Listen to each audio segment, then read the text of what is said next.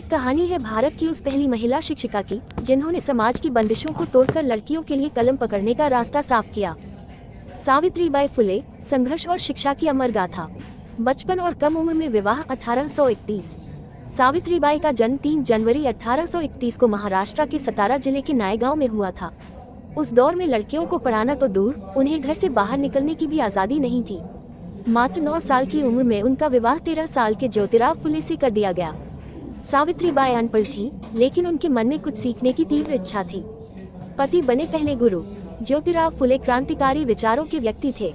उन्होंने देखा कि सावित्रीबाई में सीखने की ललक है, तो उन्होंने खुद उन्हें घर पर पढ़ाना शुरू किया। यह उस समय का सबसे बड़ा विद्रोह था, क्योंकि समाज का मानना था कि पढ़ने वाली स्त्री के पति की मृत्यु हो जाती है। लेकिन ज्योतिराव ने इन अंधविश्वासों को दरकिनार किया और सावित्रीबाई को इतना काबिल बनाया कि उन्होंने अध्यापन का प्रशिक्षण टीचर ट्रेनिंग लिया। पत्थर, गोबर और 2 साड़ियाँ। 1 जनवरी 1848 को सावित्रीबाई और ज्योतिराव ने पुणे के विजयवाड़ा में लड़कियों के लिए भारत का पहला स्कूल खोला। जब सावित्रीबाई स्कूल पढ़ाने जाती थी, तो रास्ते में लोग उन पर कीचड़, गोबर और पत्थर फेंकते थे। लोग उन्हें गालियां देते थे कि वे धर्म भ्रष्ट कर रही हैं। सावित्रीबाई का जवाब, वे हमेशा अपने साथ थैले में एक अतिरिक्त साड़ी लेकर चलती थी। स्कूल पहुंचकर वे गंदी साड़ी बदल लेती थी और मुस्कुराते हुए बच्चों को पढ़ाती थी।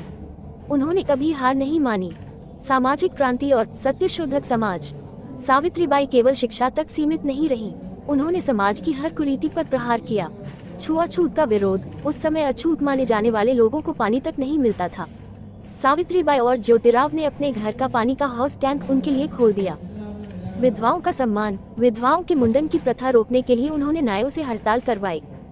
बाल हत्या प्रतिबंधक गृह। उन्होंने गर्भवती, बलात्कार पीड़ितों और विधवाओं के बच्चों को बचाने के लिए एक आश्रय गृह खोला। यहाँ तक कि उन्होंने एक विधवा के बच्चे यशवंत को गोद लिया और उसे पढ़ाकर डॉक्टर बनाया। एक साहसी अंत। 1897 में पुणे में भयंकर प्लेग महामारी फैली। सावित्रीबाई उस समय 66 वर्ष की थी, लेकिन उन्होंने डरने के बजाय मरीजों की सेवा शुरू की। वे बीमार बच्चों को अपनी पीठ पर लादकर अस्पताल ले जाती थी। इसी सेवा के दौरान वे खुद भी प्लेग की चपेट में आ गईं। 10 मार्च 1897 को भारत की इस महान बेटी ने अंतिम सांस ली। सावित्रीबाई फुले का संदेश। सावित्रीबाई कहती थी, स्वाभिमान से जीने के लिए पढ़ाई करो। आज भारत की हर शिक्षित महिला सावित्रीबाई फुले की उस अतिरिक्त साड़ी और उनके साहस की ऋणी है।